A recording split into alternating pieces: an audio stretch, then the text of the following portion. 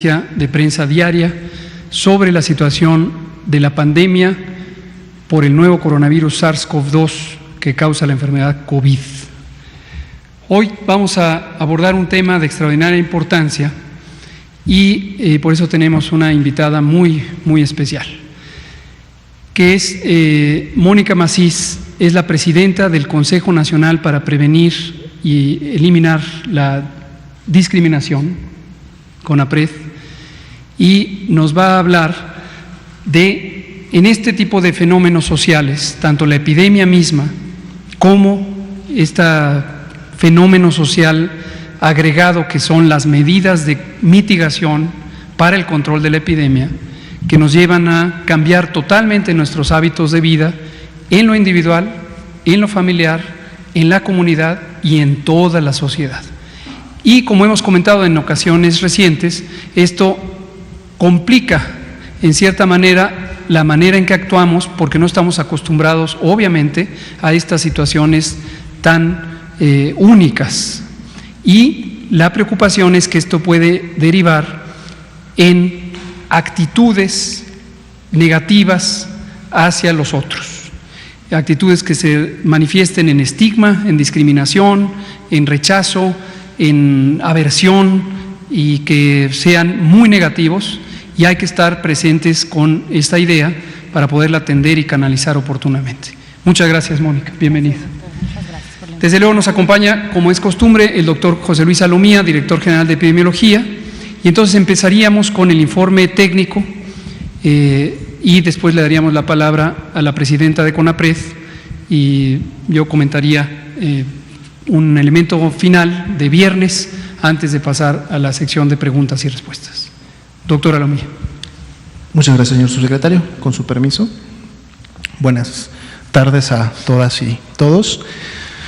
Como podemos ver, el panorama internacional, y si todos los días vamos enfocándonos en ese porcentaje que hemos estado comentando, que hoy está en 76%, que son los casos que iniciaron con síntomas de la enfermedad en los últimos 14 días, es decir, la actividad más reciente o lo que está activo de la pandemia, pues se sigue manteniendo, ¿no? Es decir, la pandemia está activa, todavía se están produciendo transmisión y contagios de la enfermedad, y día con día seguimos teniendo una cantidad similar de casos en todo el mundo. Pero claro, la diferencia viene ya cómo se está llevando a cabo esta transmisión en las diferentes regiones de la OMS, y lo podemos también ver en las gráficas de barras, en donde vemos cómo en un momento la región europea empezó, es la de color azul oscuro que está en el medio, empezó a tomar relevancia a medida que pasaba el tiempo, representando ahora más de la mitad de los casos que se confirman a nivel mundial. Sin embargo, también podemos notar cómo en la carga de enfermedad acumulada, la región de las Américas también mantiene una tendencia ascendente, y día con día, que es el color rojo oscuro que está abajo, también empieza a haber un incremento. De hecho, el día de hoy ya superó el 40% de la carga de enfermedad en las últimas 24 horas, ¿no? Entonces tenemos una pandemia en evolución, que a su vez son epidemias en los países en donde se están presentando. En la siguiente diapositiva podemos ver la actualización de nuestra carga de enfermedad en México. El día de hoy se confirmaron 178 nuevos casos de COVID-19, elevando entonces la estadística a 1.688 casos confirmados. Igualmente también se eleva la cantidad de casos negativos, que son 8.602, y se tuvo también lamentablemente el deceso de 10 personas, teniendo ahora la cantidad de defunciones en 60. 15.688 son las personas que hasta el momento han sido estudiadas y que precisamente están distribuidas en las diferentes cuadros o números de salida. El mapa de la República Mexicana, si vamos haciendo memoria de los últimos días, prácticamente se mantiene similar en relación a la carga de enfermedad por estado.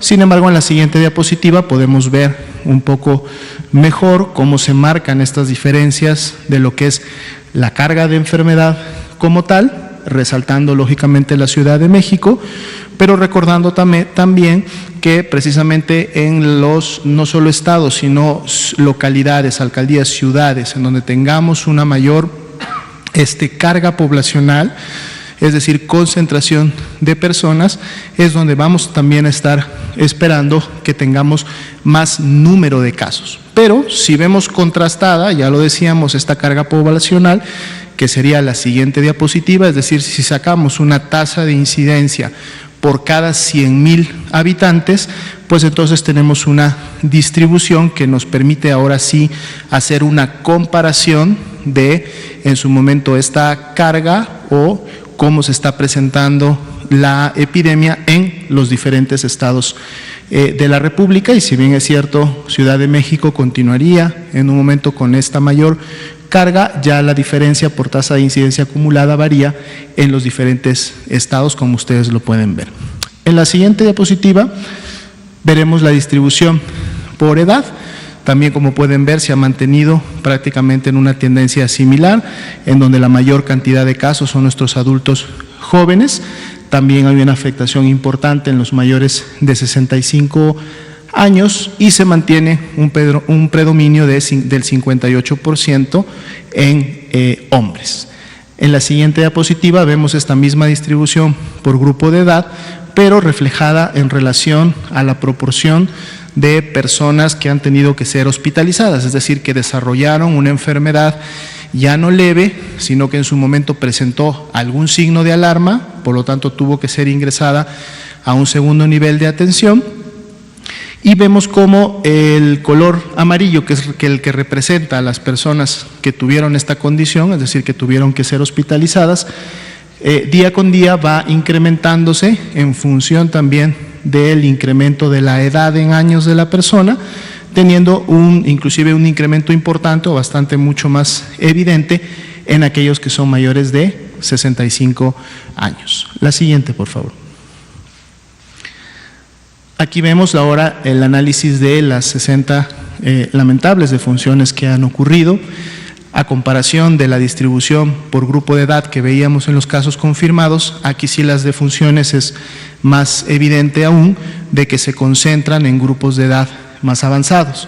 Podemos ver la mayor carga o barras de estos grupos poblacionales precisamente en las edades arriba de 60. La distribución sigue siendo similar, si recordamos las presentaciones anteriores, en donde hay un predominio de un 86% en hombres. En la siguiente diapositiva podemos notar la distribución por estado, de cómo han estado ocurriendo estas defunciones. Igual recordemos que si hay una mayor carga de enfermedad, es decir, número de casos en un estado, entonces las proporciones que ya conocemos que se dan de casos graves y en su momento de pacientes críticos, también se incrementan en estas localidades. Por eso no sería de llamar la atención que en los estados con mayores concentraciones poblacionales y con mayor cantidad de casos confirmados es también donde podemos observar una carga importante de defunciones. En la siguiente diapositiva podemos ver nuevamente la distribución de cómo se ha comportado la comorbilidad o la presencia de estos factores de riesgo, y es importante utilizar esta información precisamente para, durante esta Jornada Nacional de Sana Distancia, hacer un llamado a la población. Si usted es una persona mayor de 60 años de edad, si usted es una persona con diabetes, con hipertensión, con obesidad, con algún problema pulmonar o cardíaco, se los invita a quedarse en casa. Quedarse en casa significa generar una protección en estos momentos en donde la epidemia está iniciando su incremento en relación a la carga de enfermedad y por lo tanto el riesgo de que usted, si no se queda en casa, se pueda contagiar en un ambiente comunitario. Y por eso es importante atender las medidas de esta Jornada Nacional de Sana Distancia que al menos se han emitido hasta el 30 de este mes. En la siguiente diapositiva, esta es una diapositiva nueva que queríamos también mostrarle, es precisamente el porcentaje de positividad. ¿Qué es el porcentaje de positividad? De todas las personas que en un momento son clasificadas como casos sospechosos, es decir, una persona que presentó a lo mejor tos, con fiebre, o a lo mejor presentó tos y dolor de cabeza, o presentó fiebre y dolor de cabeza, presentó algunas de estos 3 signos o síntomas, al menos 2 de ellos, y además cualquier otro signo o síntoma característico de una infección respiratoria aguda se clasifica como caso sospechoso. Sin embargo, sabemos que en este momento no solamente está circulando COVID-19, de hecho estamos todavía a 4 semanas de que termine la temporada de influenza, y además sabemos que en el periodo invernal todavía siguen circulando otros tipos de virus respiratorios. Entonces, el porcentaje de positividad es importante porque nos ayuda a evidenciar de todos estos casos que son clasificados sospechosos, es decir, de todas las personas que en un momento están cursando con una infección respiratoria aguda, ¿cuántas realmente tienen COVID-19 o fueron positivas, en este caso, a COVID-19? Aquí podemos ver en la gráfica la columna total representa aquellas personas que fueron clasificadas como casos sospechosos. Las que están en color rojo representan las que fueron positivas a COVID-19 y las que están en color oscuro representan todas aquellas que salieron negativas a COVID-19, es decir, sí presentaban una infección respiratoria aguda, pero no era COVID-19. Esto es importante porque en la medida que vamos dando seguimiento y vamos entrando a un escenario 2 ya más importante y sobre todo a un escenario 3, empezamos o creemos nosotros que tenemos que empezar a ver un incremento de este porcentaje de positividad, es decir, se espera que cada vez más cantidad de personas que tienen una infección respiratoria aguda sean COVID. En este momento ese porcentaje se ha mantenido alrededor del 20%, que quiere decir que de cada 10 personas que tienen una infección respiratoria aguda como tal, 2 están siendo por COVID-19. Y este porcentaje es importante porque independientemente de que sean 1000 personas enfermas o sean 20 personas enfermas o 500 personas enfermas, saber qué proporción de ellas realmente tienen COVID y poder dar ese seguimiento en el tiempo nos puede ayudar a identificar en qué momento la enfermedad empieza a circular más. Es decir, esperamos ver que en un momento, en vez de que sean 2 de 10, ahora van a ser 3 de 10, o 5 de 10, o 6 de 10, lo que en su momento nos estaría hablando de que el virus empieza a dispersarse y que cada vez más personas que tienen una infección respiratoria aguda la están teniendo porque tienen COVID-19. Es importante en este gráfico también mencionar, para que no se lleve una interpretación inadecuada, que recordemos que estamos ante una enfermedad que tiene un periodo de incubación que fluctúa entre los 5 y los 6 días. Por lo tanto, si nosotros nos vamos al último día que está en la gráfica, tenemos que al menos descontarle esos 5 días, estamos hablando del 2, el 1, el 31, el 30, el 29, porque esta disminución de personas que vemos al final no es una imagen real. La imagen real realmente está ahí por el día 26, en donde todavía vemos cómo hay una tendencia ascendente, pero que de todas maneras en la parte superior se estabiliza. Eso vamos a ir viendo cómo va cambiando. Lo que quiero decir es que la disminución de los últimos 5 o 6 días no es porque haya una disminución de casos, es porque durante esos 5 o 6 días hay personas que todavía están incubando la enfermedad y que en su momento empezarán a expresar sintomatología y empezarán a aparecer en esta gráfica. Pero lo importante de la gráfica es precisamente ese porcentaje de positividad que estaremos puntualmente dándole seguimiento para ver cómo empieza a incrementar o no la transmisión de COVID. En la siguiente diapositiva tenemos el mismo porcentaje de positividad, pero ahora por estado. Es decir, cada entidad federativa también ha detectado, ha clasificado casos sospechosos, les ha tomado la prueba y ha confirmado casos. Y aquí podemos ver cómo, más allá de que hay unos estados que han confirmado más casos, es decir, tienen una cantidad de personas en color rojo mayor que otros estados, cuando vemos el porcentaje de positividad, prácticamente este porcentaje se ha mantenido también entre un 20 y un 30%. Es decir, que más allá que, por ejemplo, Ciudad de México tenga la mayor cantidad de casos confirmados, su porcentaje de positividad está en el 30%, es decir, que de cada 10 personas que han sido muestreadas y estudiadas por una infección respiratoria aguda, 3 de ellas en este momento o hasta este momento solamente han sido COVID-19. De ahí la importancia de poder estar dando seguimiento a este indicador. En la siguiente diapositiva vemos nuestra curva de casos acumulada, un poco para tener también el comparativo con otros países a los que hemos estado dando seguimiento y ver cómo se está comportando esta curva posterior o en seguimiento a cuando inició de manera oficial la jornada de salud, la jornada de sana distancia a nivel nacional y el reforzamiento que en su momento vino una semana después y que es esta precisamente la que estamos por cerrar el día de mañana. Y en la siguiente veremos también nuestra misma curva de casos acumulados, pero también de casos incidentes, para en su momento ver cuál es la tendencia de esta confirmación de casos de la que estábamos hablando. Decíamos que el día de hoy se habían confirmado 178 nuevos casos, ahí están expresados, pero de alguna manera es una tendencia similar a la que hemos observado en la última semana. Esta tendencia también es importante darle seguimiento porque en la medida que vayamos avanzando en el escenario 2 y posteriormente en el escenario 3, esperamos ver también un incremento de cómo día con día se van confirmando más y más casos. Ese sería el panorama para el día de hoy. Gracias, doctora Lumía. Le damos la palabra a la maestra Mónica Macís. Muchas gracias. Muy buenas tardes a todos y a todas.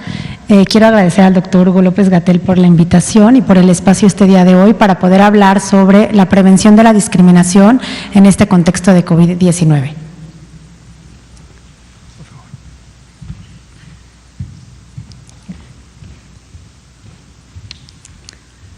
Bueno, en primera instancia quiero volver a citar al doctor Hugo López-Gatell cuando hace unos días nos decía que era muy importante y que México tenía una oportunidad histórica y una oportunidad única de, en la medida en que nos quedáramos en casa todos y todas, podríamos frenar, digamos, el riesgo de contagio de más personas y que eso era el momento esencial.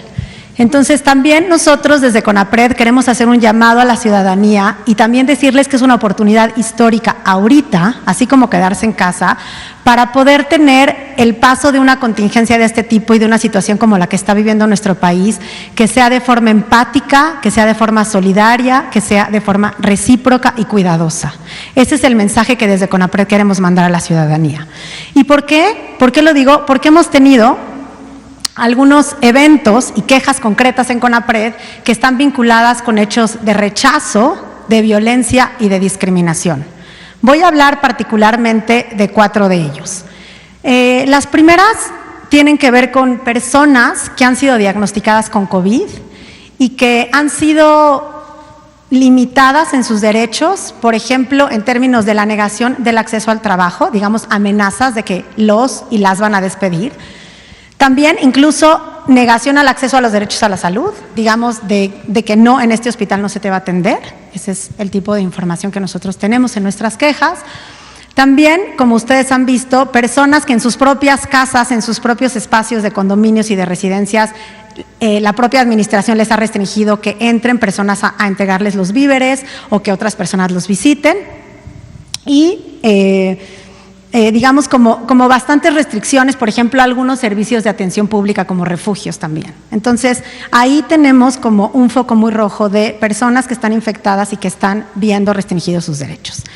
En segundo lugar, tenemos, como lo hemos visto a través de los medios de comunicación, acciones concretas de violencia y rechazo hacia el personal médico y hacia el personal de enfermería. Esto nos parece una situación muy delicada porque, como sabemos, el personal médico y de enfermería está haciendo un esfuerzo enorme, un esfuerzo grande para poder trabajar en cualquier condición en esta contingencia y pensamos que merecen, al contrario, todo nuestro reconocimiento y toda nuestra reciprocidad.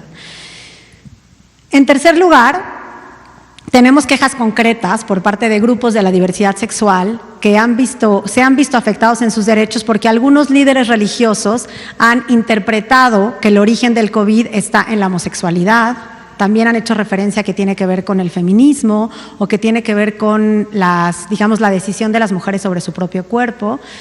Y bueno, pues esto es complejo porque, digamos, un llamado así a su feligresía, en vez de informar adecuadamente, como lo hacen aquí los compañeros médicos todas las noches y todas las mañanas, lo que hace es que motiva, digamos, discriminación y rechazo hacia esas poblaciones. Entonces, es muy importante dar información veraz y oportuna, no basada en estereotipos ni en prejuicios.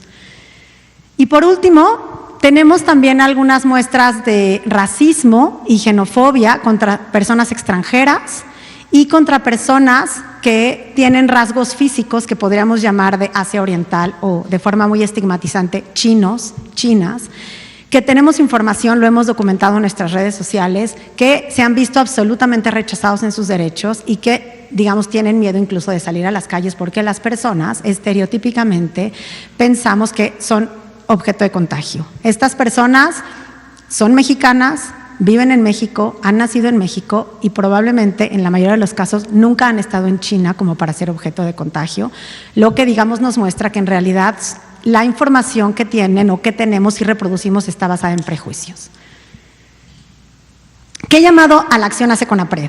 En primer lugar, es que demos información accesible. Es un llamado a la ciudadanía en general, a los medios de comunicación, al sector público, a cada una de las instituciones que en la administración pública a nivel federal y estatal brinde información, también a nivel de los estados, al sector privado, a las organizaciones de la sociedad civil, a brindar información veraz y oportuna y clara basada en la ciencia.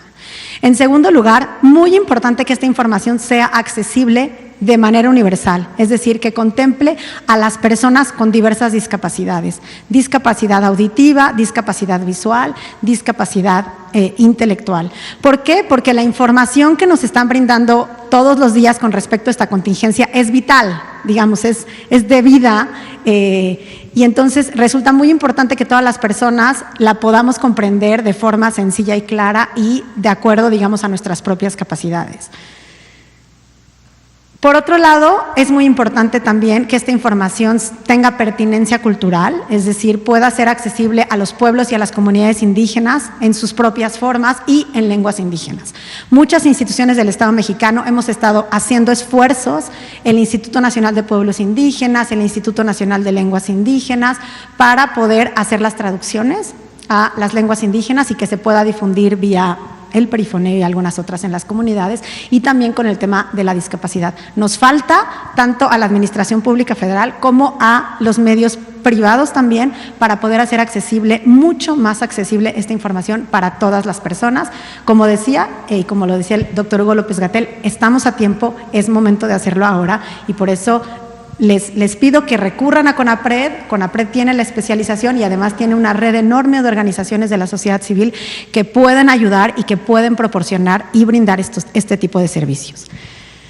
En segundo lugar, el llamado a la acción tiene que ver con reconocer las diferencias que existen en México y en nuestra población. Creo que eso no es nuevo para nadie, la desigualdad, digamos, cómo nos toma una contingencia de este tipo en un país de por sí absolutamente desigual. Entonces, pues no es lo mismo, digamos, unas personas que otras, para decirlo muy sencillo.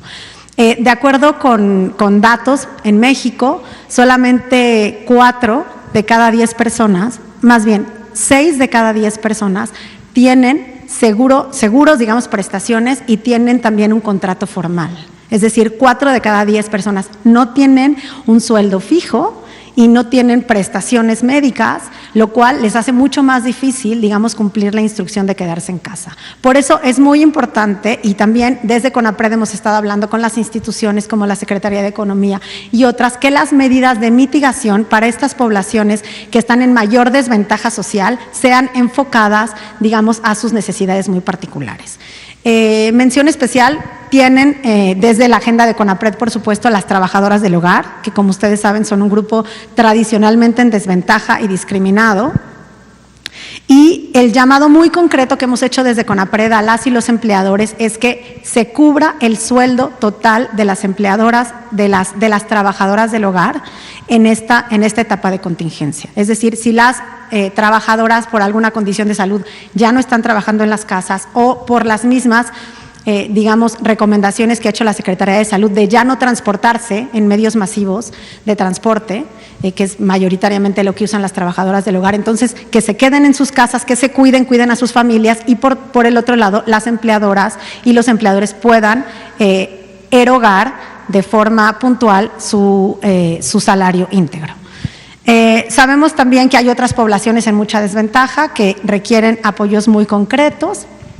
Estoy hablando de las personas que trabajan en los restaurantes, las y los meseros, las trabajadoras sexuales, las personas también que trabajan alrededor de las escuelas, y como las escuelas ya no están teniendo, digamos, están ahorita cerradas, entonces todo ese círculo económico que está alrededor pues requiere ciertos apoyos. También, como en este punto de reconocer las diferencias, es muy importante también reconocer los esfuerzos que se están haciendo desde las instancias, digamos, que son espacios públicos cerrados, que tienen que ver, por ejemplo, con población migrante o población en cárceles. La Secretaría de Salud también tiene los lineamientos.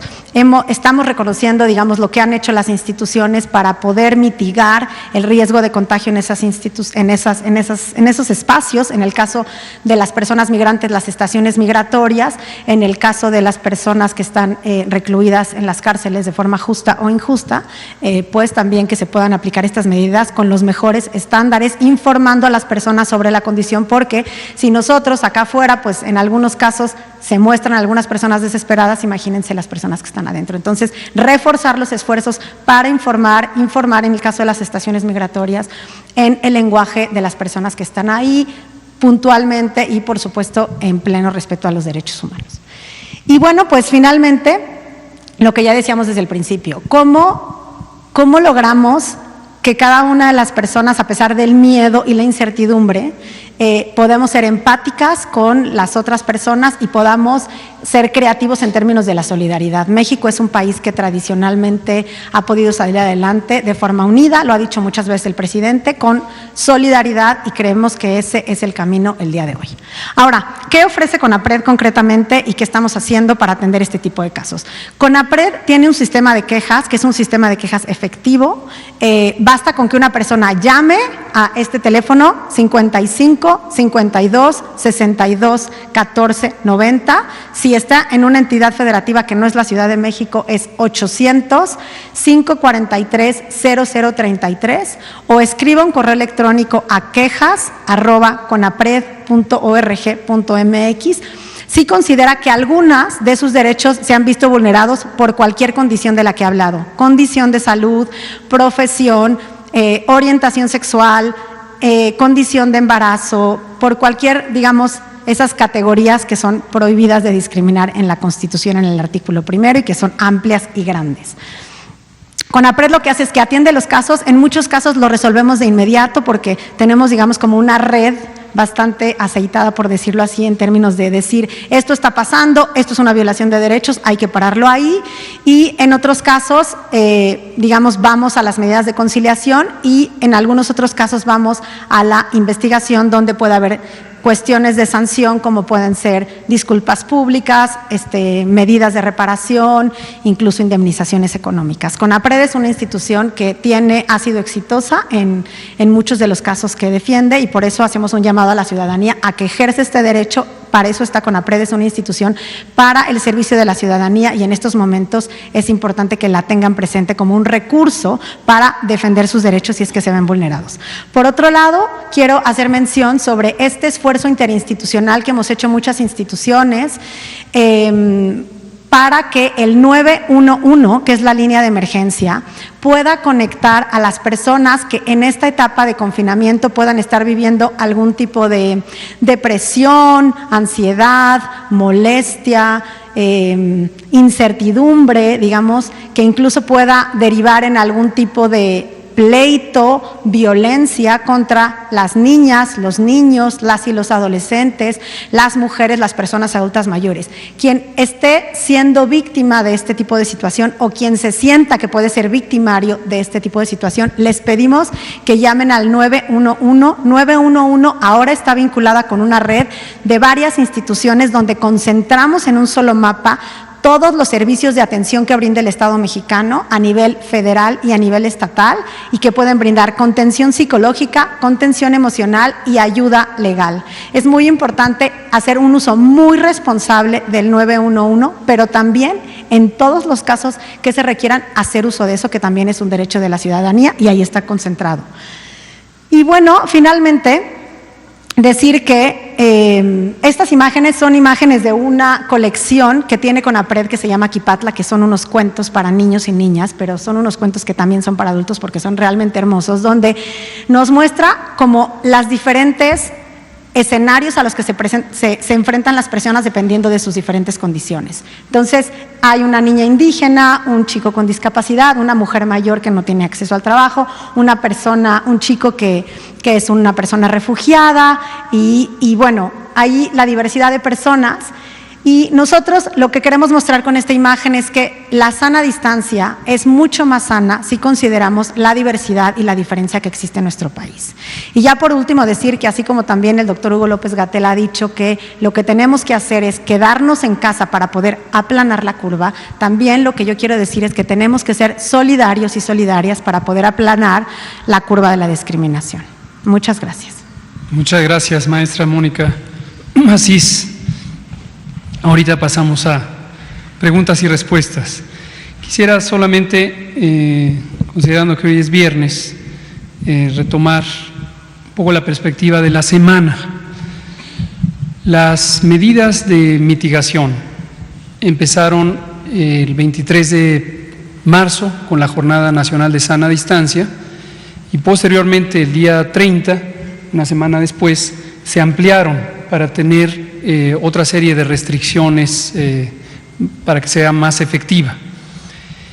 En ese sentido, en todo momento, como lo hemos explicado en varias ocasiones, hemos buscado el balance más adecuado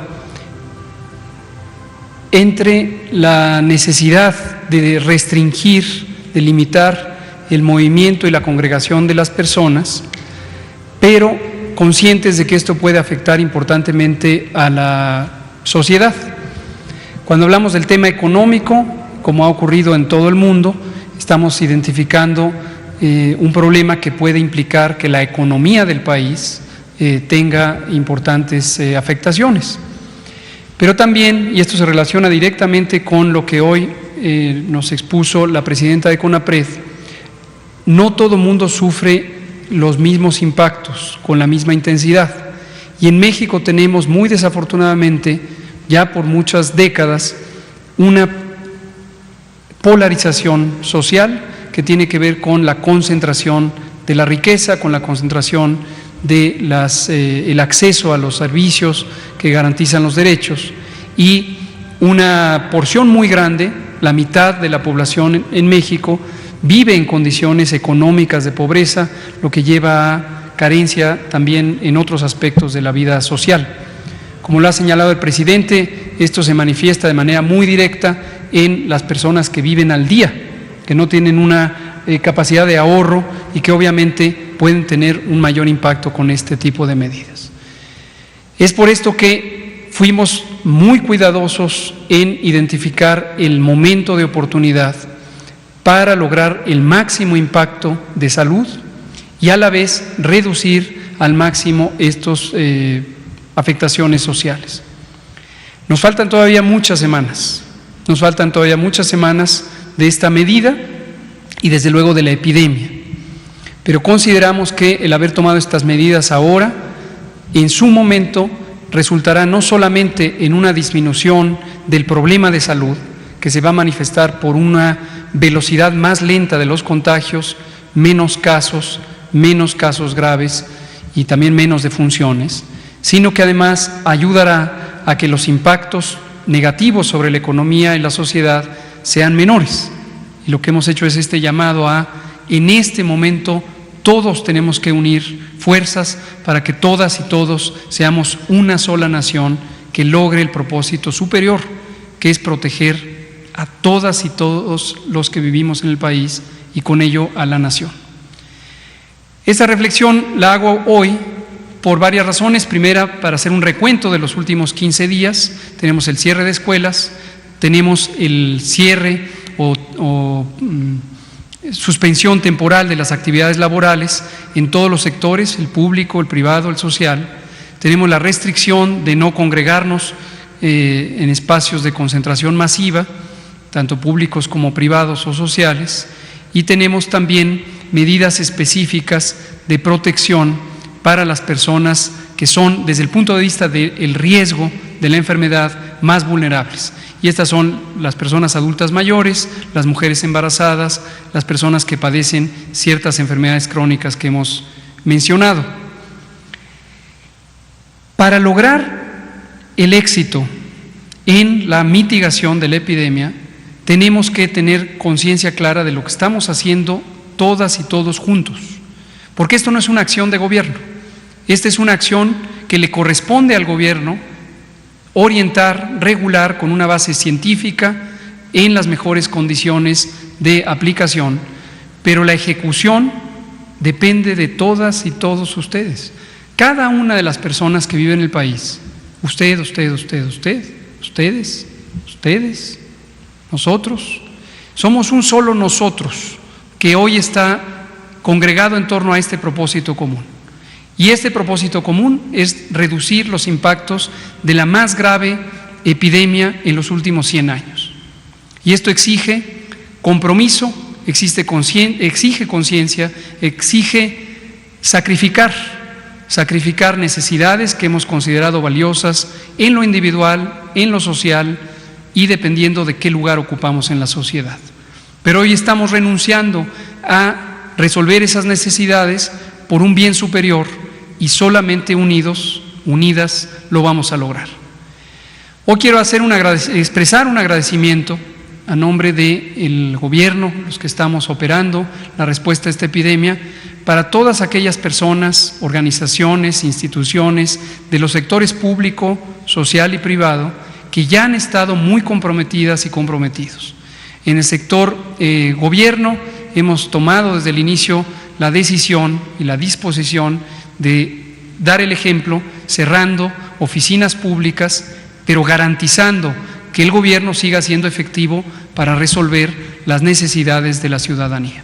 Esto se ha replicado en los gobiernos estatales y también expresamos el reconocimiento y agradecimiento para todas las personas titulares de los gobiernos estatales, porque estos gobernadores y gobernadoras han estado muy pendientes de proteger también a la ciudadanía y cada quien lo ha hecho en las distintas modalidades que le corresponde.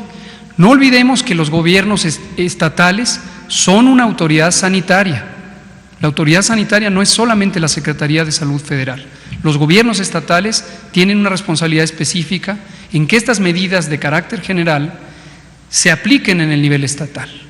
Y a su vez, los gobiernos municipales tienen todo un tramo de responsabilidad para que las medidas se cumplan y se hagan efectivas, supervisando que los espacios públicos que son regulados en el nivel municipal también cumplan la medida. Estos espacios públicos, restaurantes, hoteles, plazas, playas, jardines, iglesias, etcétera, están regulados en términos de su uso por la autoridad municipal.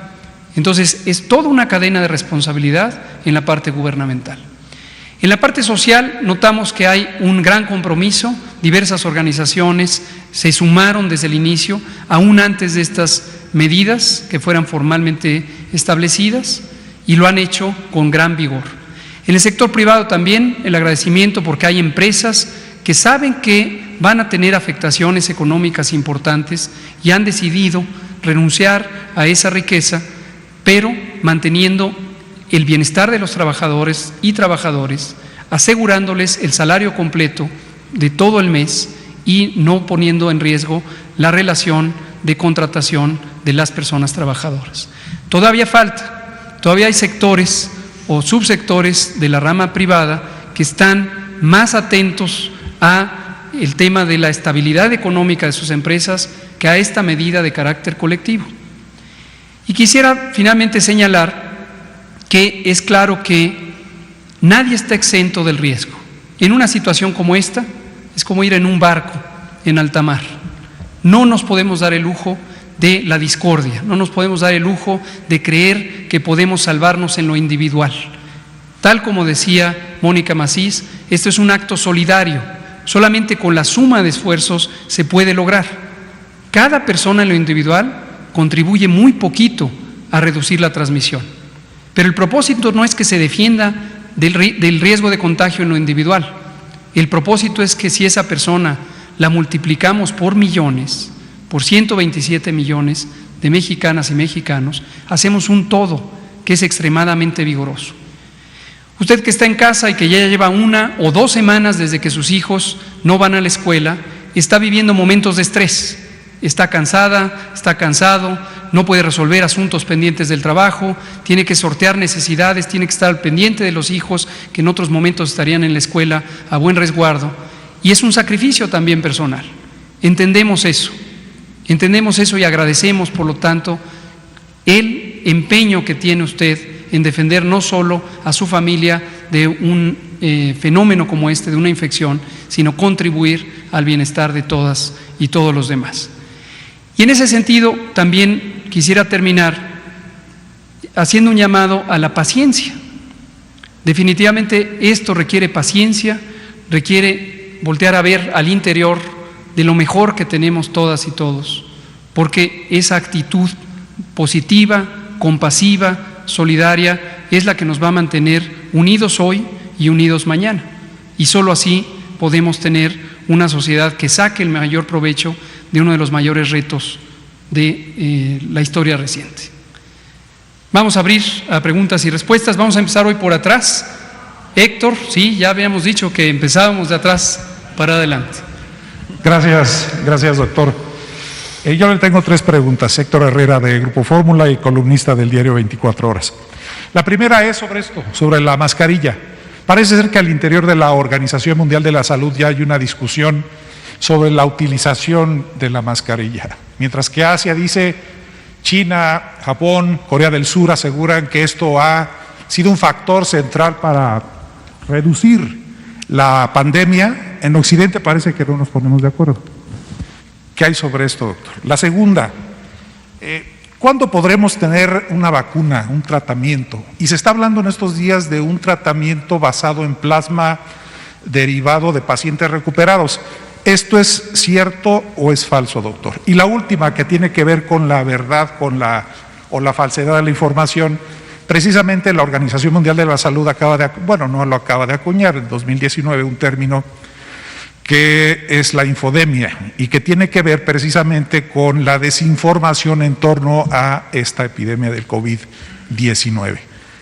Desde el campo técnico, doctor, usted que ha dado gestos de buen comunicador, ¿qué podemos añadir a nuestro trabajo para que la gente no caiga, un poco vincularlo con lo que ha dicho la maestra Maxisi, a que la desinformación, la falsedad, los rumores, las noticias falsas están causando incluso agresiones contra médicos, contra enfermeras?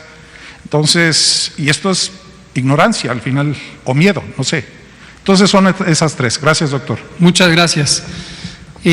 Respecto a los posibles tratamientos o vacunas, como hemos respondido, desafortunadamente no es un proceso rápido. Lo más probable es que primero acabe la epidemia, la pandemia, antes de que haya una vacuna directamente útil. De todos modos, no será un esfuerzo en vano en la medida en que estos virus pueden regresar y si hay una vacuna podrá servir para protegernos de la siguiente ocasión.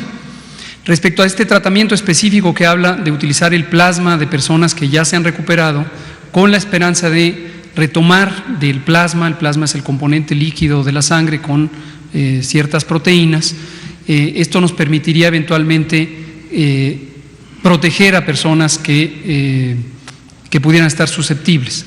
Esto quisiera esperar porque el próximo miércoles o jueves he invitado al doctor Jorge Trejo, director del Centro Nacional de Transfusión Sanguínea, quien está coordinando esfuerzos en este sentido junto con la Comisión de los Institutos Nacionales de Salud, y lo explicará en detalle.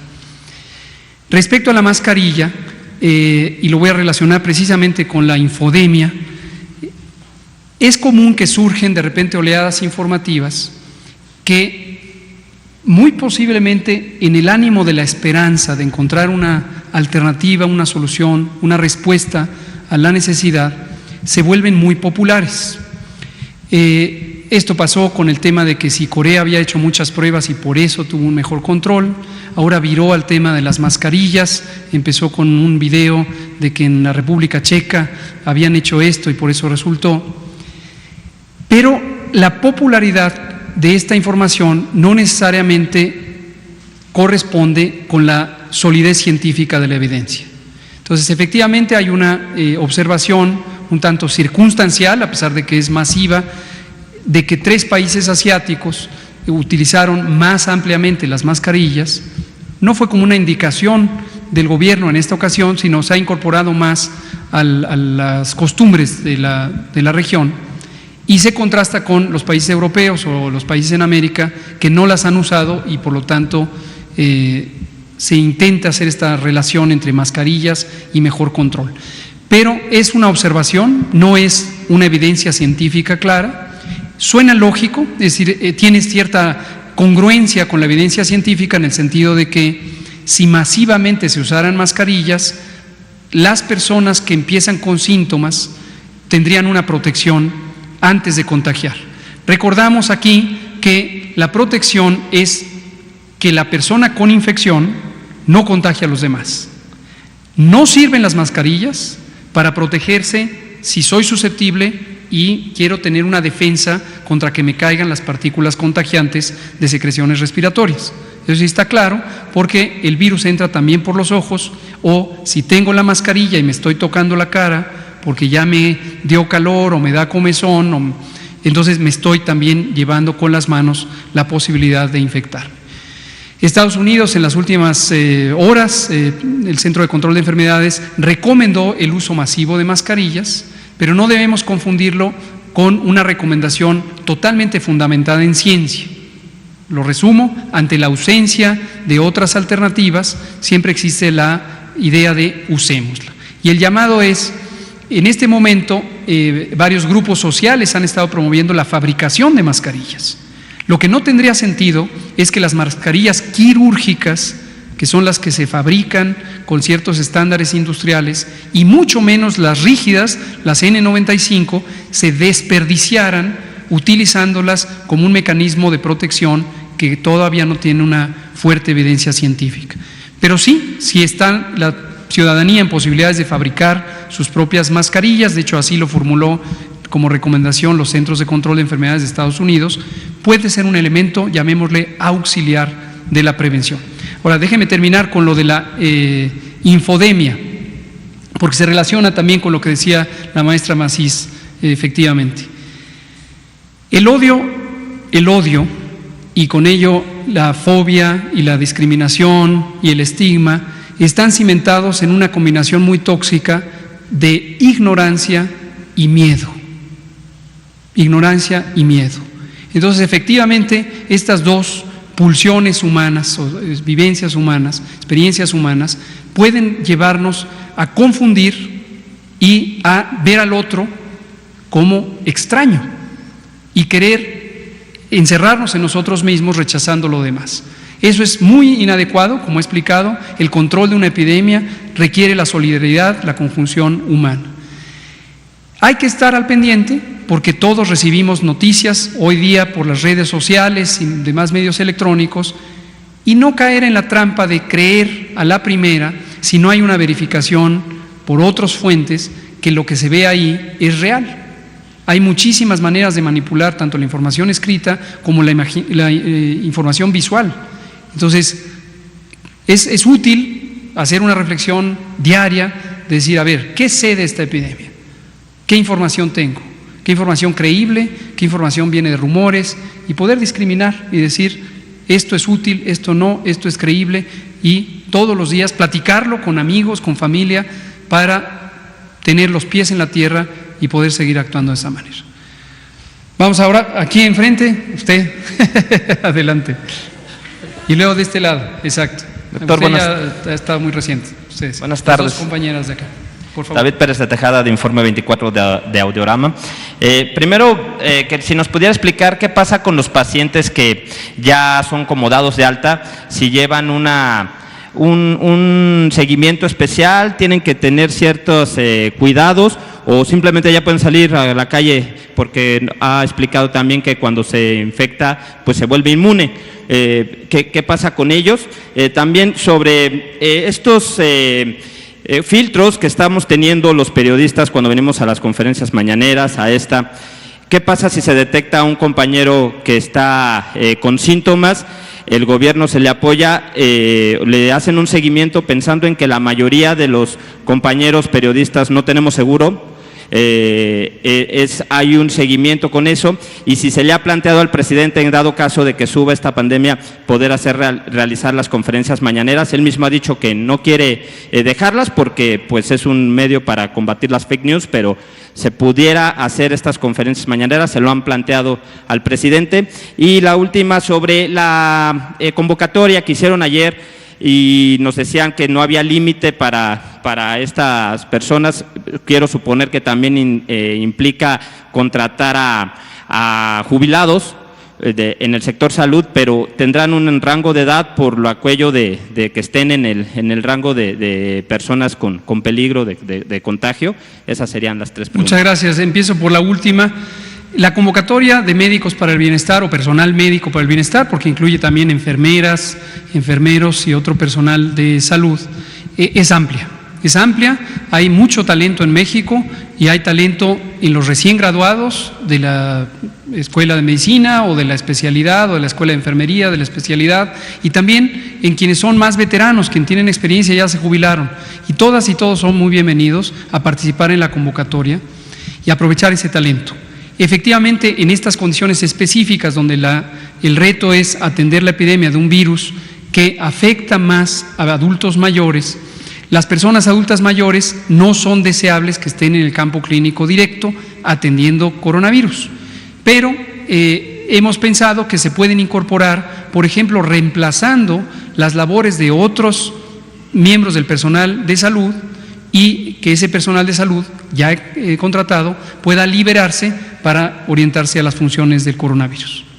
Sobre los filtros, la atención de las personas periodistas, les recuerdo que desde el 1 de enero de 2020, todas y todos tienen derecho a la protección de la salud. Esto ya estaba establecido en la Constitución desde 1984, pero ahora se vuelve efectivo porque ya no existe un mecanismo que requiera afiliación, como ocurría con el Seguro Popular. Todas y todos tienen acceso o derecho de acceso a las instituciones públicas de salud. Si no tienen aseguramiento laboral, IMSS, ISSSTE, etcétera, lo tienen en las instalaciones de los servicios de salud para población abierta. Respecto a la dinámica de las mañaneras, pues se lo vamos a pasar a los colegas del grupo de Jesús Ramírez para que ellos vayan haciendo los ajustes procedentes. Vamos a dar paso a la última. Aquí, no, usted los pacientes dados de alta, quien ya se dio de alta, quien ya entró en recuperación, no, la colega de las rayitas, usted, ya no necesita un seguimiento específico. Afortunadamente, 8 de cada 10 personas que padecen COVID se recuperan espontáneamente por efecto de su sistema inmune y no deja secuelas el virus. Quienes tienen una enfermedad más grave, por supuesto, requieren una vigilancia porque podrían quedar con algunos daños en la funcionalidad pulmonar, pero no tanto por el tema de contagio. Y quien ya se contagió, pasó la enfermedad, ya no se puede volver a contagiar en el corto tiempo. Esto se sigue estudiando, no hay todavía una respuesta científica contundente sobre la intensidad de la inmunidad, la duración de la inmunidad, pero de acuerdo a la experiencia con otros coronavirus como el SARS, el MERS, se infiere que la duración de la inmunidad puede ser prolongada. Última pregunta. Gracias, compañera. subsecretario. Buenas noches. Eloisa Domínguez, del periódico Crónica. Preguntarle, en esta reflexión que usted hace de estos 15 días sobre las medidas tomadas, ¿concluye usted que está satisfecho con lo que cómo ha actuado la sociedad? Tomando en cuenta que hay 78 nuevos casos en un periodo muy corto y una recomendación ahora que se están presentando las lluvias. Con mucho gusto. Contesto primero la de las lluvias y luego la otra, que le agradezco que haga esa muy importante pregunta. Sobre las lluvias, no se conoce hasta el momento para este nuevo coronavirus que las lluvias tengan un papel que jugar ni para aumentar el peligro de contagio ni para disminuirlo. Se ha comentado que el clima, específicamente la temperatura, podría ser un factor que ayude a que se vuelva menos eficiente la transmisión. Hay algunos estudios sugerentes de que esto podría ocurrir, pero hasta este momento no hay una demostración científica clara de que así pueda ser. Entonces, ¿qué recomiendo contra la lluvia? Pues nada más usar un paraguas para no mojarse, ¿no? Es decir, no habría un papel claro. Ahora, la otra pregunta me interesa mucho, y me interesa mucho en este viernes, porque el calendario oficial contemplaba que a partir del próximo lunes íbamos a estar en vacaciones. Y les quiero recordar que no hay vacaciones. No hay vacaciones porque hay una disposición general de que se suspenden temporalmente todas las actividades laborales en los sectores público, social y privado. Y lo que interesa es que nos quedemos quietos. Si no nos movemos, el virus no se mueve y entonces no hay contagios. Entonces, quédate en casa, no salgas de vacaciones, mantente donde estás, solo sal en aquello que sea indispensable, conseguir los alimentos y que no vaya toda la familia, que vaya una persona. Si hubiera una urgencia, por supuesto, de carácter médico o de otro tipo, se tiene que atender, pero en general quédate en casa y no vayas de vacaciones. Por cierto, aprovecho para agradecer al secretario de Turismo, Miguel Torruco, y a todo el sector turismo, también el sector hotelero y de los servicios, porque han tenido un compromiso claro que dijeron, se cierran los hoteles. Establecimos conjuntamente, trabajando con la Secretaría de Turismo y la Secretaría de Salud, un protocolo técnico para organizar el mantenimiento de operaciones mínimo de los hoteles en aquellos sitios donde todavía hay personas, huéspedes, y que obviamente no se les puede cancelar súbitamente porque entonces uno los lleva a que se movilicen, ya sean nacionales o extranjeros. Pero entonces no piensen que es vacaciones, nadie vaya a irse a la playa o a sitios turísticos porque no va a haber posibilidad de que sean alojados y no conviene que eso ocurra. Lo último que quiero decir, ya no hay tiempo, lo último que quiero decir es, sí me siento satisfecho de la respuesta social de todos los sectores público, social y privado ante este llamado a la solidaridad. Todavía es temprano para tener evidencia demostrativa del efecto positivo que va a tener el cierre de escuelas, el cierre temporal de los trabajos y en la transmisión. Y les recuerdo a todas y todos que la meta no es que se acabe la epidemia bruscamente. Tengamos conciencia que tenemos que seguir unidos todavía por un largo tiempo, porque aún durante el periodo de cierre y después del 30 de abril, la epidemia va a continuar. No perdamos de vista esto, que lo hemos dicho múltiples veces. El objetivo, desafortunadamente, no puede ser cancelar bruscamente la epidemia. Eso no es posible. Pero lo que sí es posible, y en eso están contribuyendo todas y todos ustedes, es en este fenómeno que le llamamos aplanar la curva, que la cantidad de contagios sea menor, por lo tanto la cantidad de personas enfermas sea menor, por lo tanto la necesidad de hospitalización sea menor y finalmente la oportunidad de atender a todas y todos los que así lo necesiten sea más amplia, suficiente y evitemos pérdidas de vidas o daños graves. Todos tenemos que seguir. Se acabó el tiempo. Gracias. Mañana seguimos. Muchas gracias. Buenas noches. Vamos. Mañana lo abordamos.